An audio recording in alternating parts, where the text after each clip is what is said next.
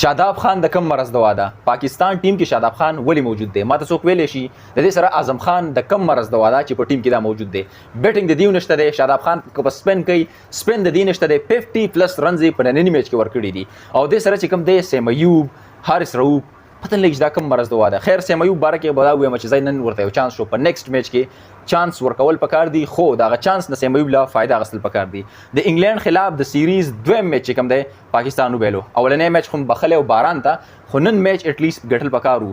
ورلد کپ په سر باندې را روان دی. پاکستان ټیم مکمل طور باندې لانه دی تیار د T20 ورلد کپ دپاره. په نننی میچ کوم خبره وکړو چې په کوم ځای کې زمونږ نه میچ د لاسه لاړې او کومې اهم غلطۍ نه دي چې د هغې د وجې زمونږ نه میچ د لاسه ووتو. په کوم ځای کې بالرانو غلطۍ نه کړي په کوم ځای کې بیټسمنانو غلطۍ نه کړي. 183 رنز ټارګټ و ټیک د مقابلې میچ و. پاکستان ښه بیټینګ وکړو ښه تعقب پسې وکړو ښه بیچ پسې وکړه خو سټارټ کې د پاکستان که بیټینګ باندې زه خبره وکړم انتهایی ډېر زیات فضول بیټینګ په سټارټ کې وشو. اوپن هم ډېر زیات بیکاره وشو.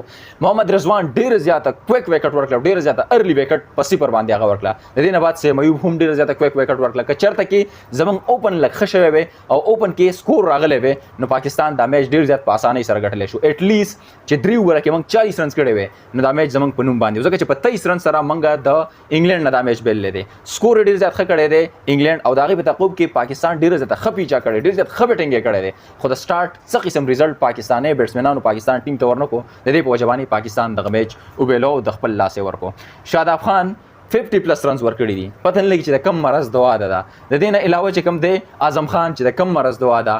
د دې نه علاوه سیم ایوب هم څه خاص څه ونه کړله او هغه دغه شانته کې لاړې. بل دلته کې خبره زه وکړم که تعریف څوک کول د چا په کار دی نو شاهنشاه افریدي دی او فخر زمان آوټسټینډینګ بیټینګ کړی دی. میډل اورډر چې کوم بیټسمنان دي هغې ډېر زیات آوټسټینډینګ بیټینګ کړی دی او ښه بیټینګ یې کړی. په کم ټیم کې زموږ نه میچ لاړې په هغه ټیم کې چې افتخار احمد هغه بالر ته جورډن و که زما خیال دی چې بل یو بالر نوم رانهیر شو ایګزیکټلی خو چې کله افتخار احمد چکه ووهله د هغې نه بعد افتخار احمد آوټ شو شاټ یې ووه آوټ شو کیچ آوټ نو د هغې نه بعد زموږ نه لاس نه چې کوم دی هغه میچ ووتو او انګلند دغه میچ په اسانۍ سره په خپل نوم باندې کو.